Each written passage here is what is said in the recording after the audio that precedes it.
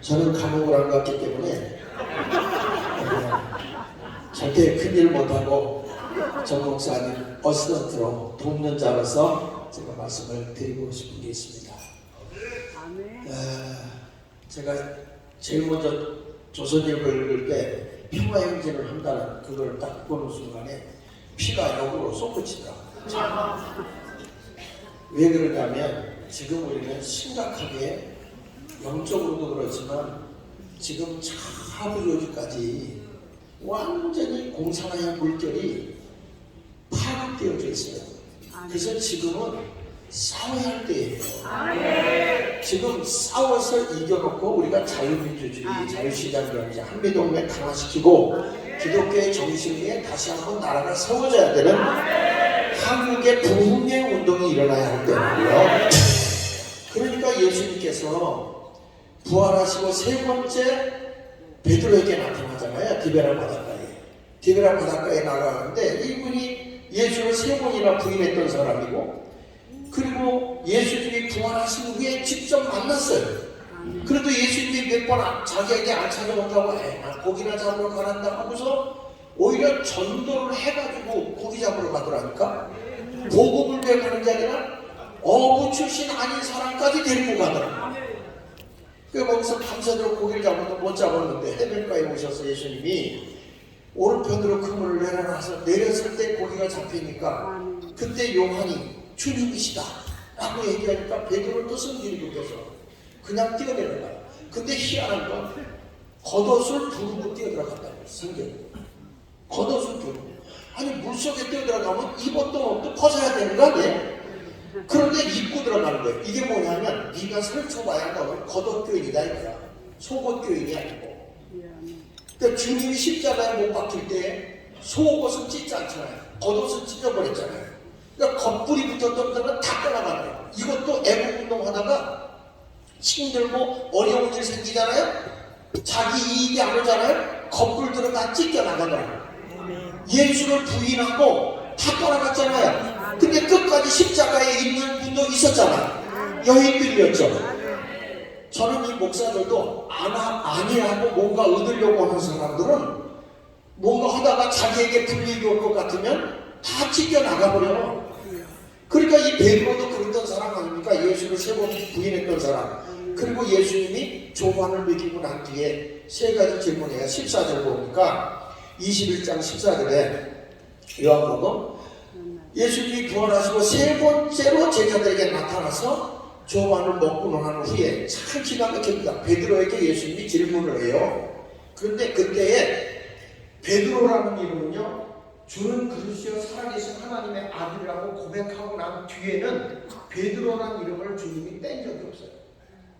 주는 그리스도 살아계신 하나님의 아들이라고 고백하고 난 뒤에는 요한의 아들 시몬 베드로 또는 베드로 시몬 이렇게 꼭 얘기를 했어요. 그런데 여기 와서 예수님이 다시 질문할 때는 요한의 아들 시몬아 이렇게 질문을 해요. 이게 뭐냐면 내가 너에게 사명을 주었던 목사직 뛰어라, 장로직 뛰어라, 집사직 뛰어라 다시 묻는 거예요. 자연인으로 돌아가서 너 나 사랑하느냐? 내가 이 세상에 어떤 것보다도 나를 더 사랑하느냐? 이렇게 질문합니다. 저는 이 부활주일에 다시 한번 한국교회에 이 질문을 주님이 던진다고 생각합니다.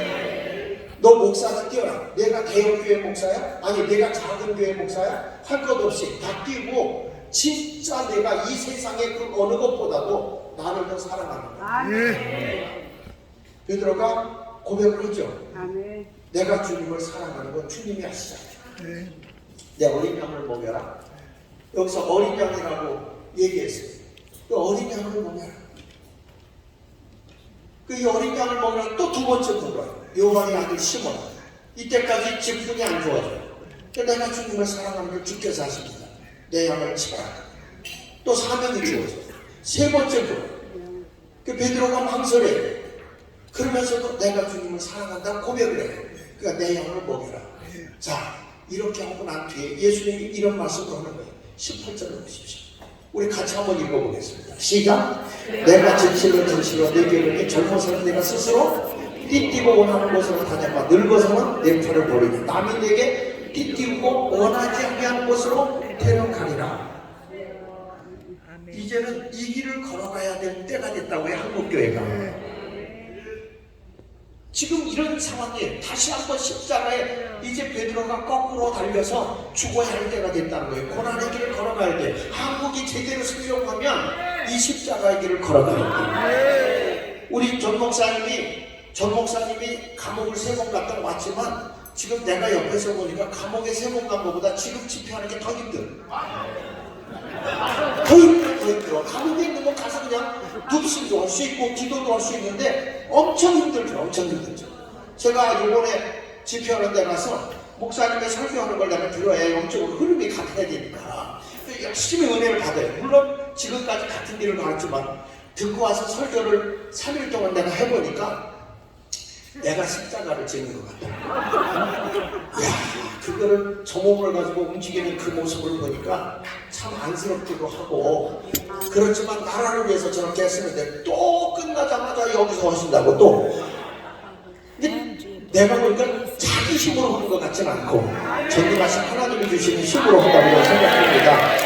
자, 지금 저는 이렇게 생각합니다. 한국교회를 향해서 주님이 요한복음 2장 19절에 메시지를 던지고 있습니다. 예루살렘 성전이 자기 중심으로, 건물 중심으로, 사람 숫자 중심으로 모이는데 교회 같지가 않아. 이때 예수님이 오셔서 하신 말씀이에요. 이 성전 헐어라. 건물 중심의 교회, 건물 안에 갇혀있는 이 교회를 헐어라. 내가 사는데 다시 세워. 이 성전은 어떤 성전인지 아십니까? 움직이는 성전. 저는 그래서 그런 얘기예요. 교회 가운데 가장 위대한 교회는 광화문교회. 건물 안에 갇혀있는 교회가 정말 세상을 변화시키고 세상의 빛과 소금으로 이끌고 가기 위해서 국민의힘이 이렇게 싸워줍니까?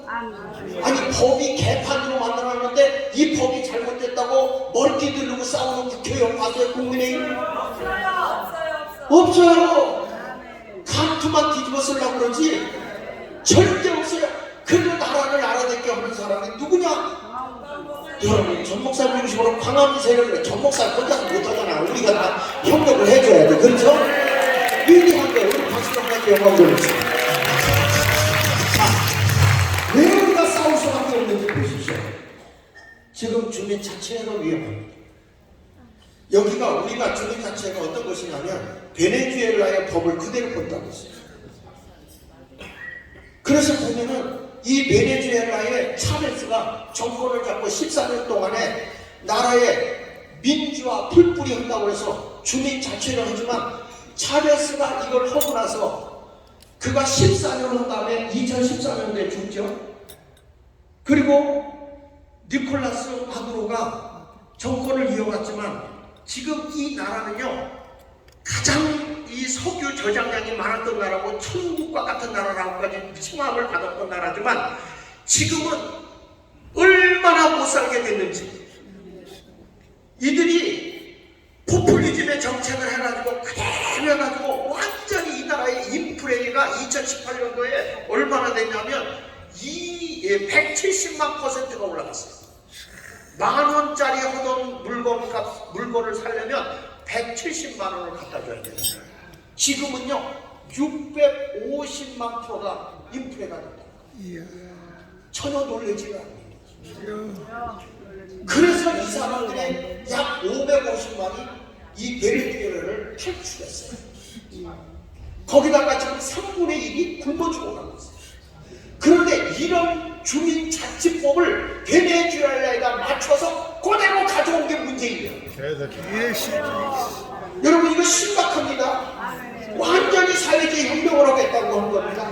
무상복지, 무상교육, 모든 거 국유화로 해가지고 모든 걸 하겠다고 하는데 이게 나라를 망해버리는 거예요. 다음에 밖에서 한번 보십니다. 시간이 없으니까. 주민자치 모델이 베네수엘라예요.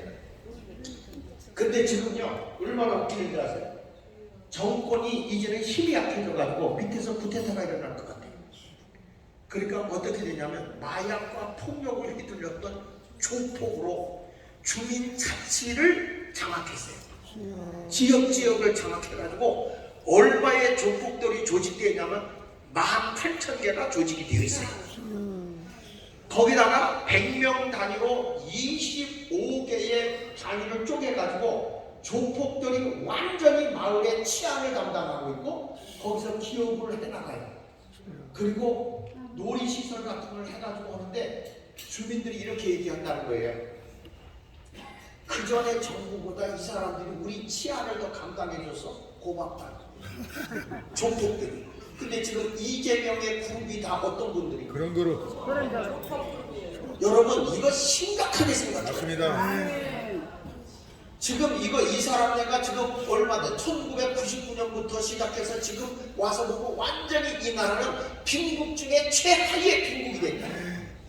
자, 이런 나라가 되어 있는 게 베네수엘인데 여기다 벤치마킹 한 게 우리 주민자치법이에요.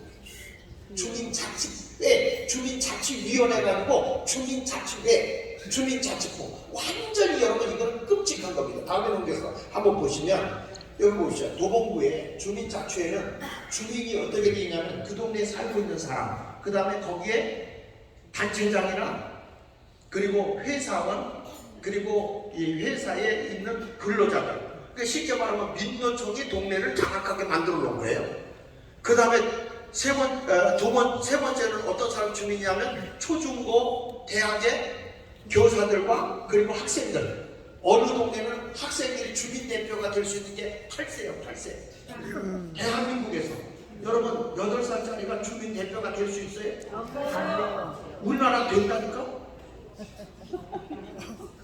자, 여러분, 이거는요, 이걸 이제 앞으로 구의원들 통해서 제가 확인해 봐야 되는 얘기인데, 요게 도봉구에서 인터넷에 뜬 것만 제가 찾아냈거든요. 여기 보면, 이 동네에 살지 않는 사람들, 강사, 회사원, 그 다음에 마을 활동가 이런 사람들이 주민자치회를 움직이고 있어요. 그러니까 주민들이 참여하는 게 아니라 가짜 주민들이 주민자치회를 장악해버렸어요. 그렇지. 지금 여러분 이럴 때 우리가 부활의 예수가 다시 오면요, 지금 대한민국 다시 세우려고 이 교회가 교회답지 못하니까 헐렁건다니까 지금. 자, 한번 또 한번 넘겨보십시다. 여기 보십시오. 지금 심각한 게 이 사람들이 국가의 재산을 주민자치회에다가 공유재산을 위탁하는, 이건 한국의 헌법에서 통과되지 않은 겁니다. 이게 불법이에요. 근데 이번에 제주도에서 2월 20일 날 금년 2월 20일 날 지금 심의하고 있어요. 국가의 재산을 주민자치회에다 넘겨주는 거예요. 미쳐 돌아가고 있는 거예요. 여러분 지금 이런데 교회가 이런 거에 대해서 그대로 짝짝 보면 됩니까? 지금이 우리가 싸워야 할 때예요. 하부 조직이 엉망이 됐다니까, 엉망이.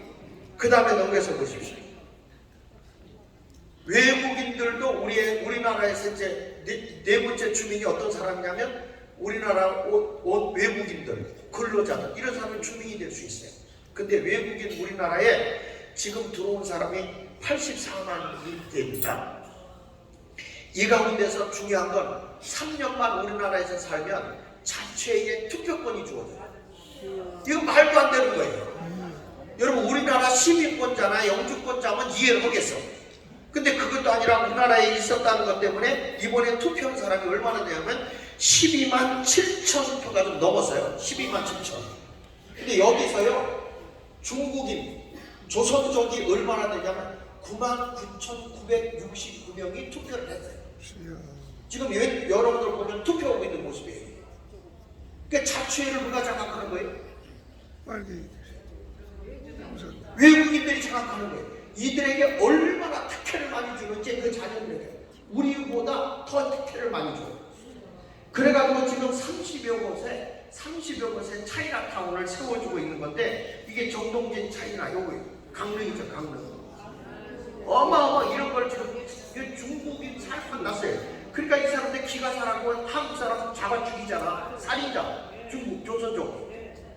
여러분 지금 우리나라가 물론 외국인이 원다고 해서 그런 게 아니라 이들의 고난을 막강하게 줬다고. 대통령 선거도 그때까지는 투표를 못했지만 주민자치회까지는 장악하게 만들어놨다. 이거 되겠어요?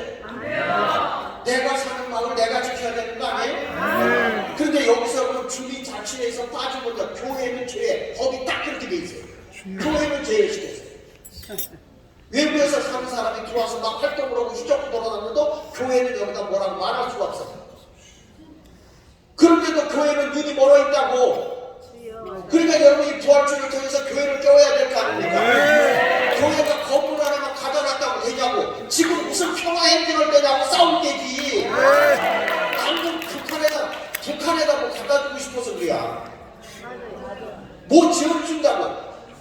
여의도 신부님께서 북한에다 뭘 그렇게 많이 지어준다고 말을 쳐? 한국에 있는 어려운 사람들에게 못 줘. 맞습니다. 이영은 물러가라. 아유, 그냥 하나 넘겨서 그만할게. 나는 열받아가지고. 지금 여러분 이슬람 주민들이 말이에요. 대연동 여기에 대구 북구. 예. 지금 여러분 무슬림 외국인이 얼마나 되느냐? 26만이요. 이게 120%가 성장한 거예요. 125% 정도. 무슬림이 지금 한국에 더 놀라운 건요. 지금 사원만 우리 대한민국에 23개고 기도처가 225개예요. 근데 225개 가까운 데서 지금 1년 전부터 여러분 어디냐면은 가평에 수련원을 짓고 있는데 얼마나 크게 짓고 있는지 거기서 매일 하루에 3번씩 확성기 들어놓고 기도하고요. 상을 펴놔가지고 가평에 사는 사람들이 못 살겠다고 하우성이야. 근데 교회는 다 묵상 기도 중이야. 여러분 이런 걸 보고 어떻게 가만히 있냐고. 그러니까 욕을 할 수 있는 사람이 누구밖에 없어요. 아니 국민의힘도 욕 안 하고 아무도 욕을 안 하는데 싸움 헐면서 욕 안 하고 어떻게 싸우고 있어. 맞아요. 그렇잖아요. 맞아요. 그런데 그걸 가지고 괜히 프레임을 걸어서 자꾸 나쁜 목사. 어떤 신문기자 제가 만났습니다. 전 목사님처럼 진실로 만나서 그분의 얘기를 1시간만 들어라 내가 그랬어요. 왜? 사실대로 들어라. 바깥에서 들은 선입관 갖지 말고 그냥 들어라. 그분 자체가 속에는 애국밖에 없다. 이 욕심이 없다. 근데 내가 그 기가 준비해놓고 전 목사님한테 1시간 얘기 듣고 얘기하잖아요. 선입관 갖고서 뭐 이미지를 어떻게 바꾸고 아니 그런 거 없지 말고 그냥 그 모습 그대로 봐라. 그래도 부끄러울 거 없다. 네. 나 자신 놓고 얘기할 수 있어요. 어떤 목사가 나한테 아부 온다고 그러더라고. 전 목사는 볼 데가 없으면 거기 주님한테 아부 오기도 힘들어. 우리 주님한테 아부 오기도 힘들다. 여기 보십시오. 이슬람 주민 증가로 인해서 갈등이 고조되고 있는데 이슬람 세력 확장이 나는데 이 사람들이 일부 다치 아닙니까? 이번에 이런 발표가 나왔어요.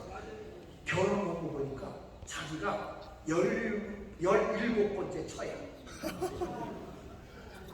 근데 얘들이 거짓말을 해가지고 결혼하고 나면 여자가 많대. 그때부터 얘들이 자기의 결의와 다르면 폭력적으로 바뀌어버려요. 사람을 인격적으로 대하지를 않습니다. 이게 이슬람이에요. 지금 이렇게 한국 조직이 썩어 들어가고 있는데 여러분 어떻게 할 거예요? 교회가 부활주의에 할렐루야 우리 예수 부활승 전하셨다 그리고 묵상기도 들어가고요. 안 되잖아요. 우리가 갈등 조장하는 사람들입니까? 나라를 알아내게 하는 것이고 교회가 교회다워지고 세상에서 잘못된 것을 빠르게 잡아주고 이렇게 가져가는 거 아닙니까? 이런 일을 위해서 우리가 이번 부활주일에는 정말 새롭게 내가 나를 사랑하느냐? 주님 내가 주님을 사랑해. 그러면 우리가 십자가를 거꾸로질 각오하고 달라붙자고요. 그분도 하자는 것입니다. 잘못됐습니까? 잘못됐으면 박수로 영광 돌리고 나라 살리도록 합시다.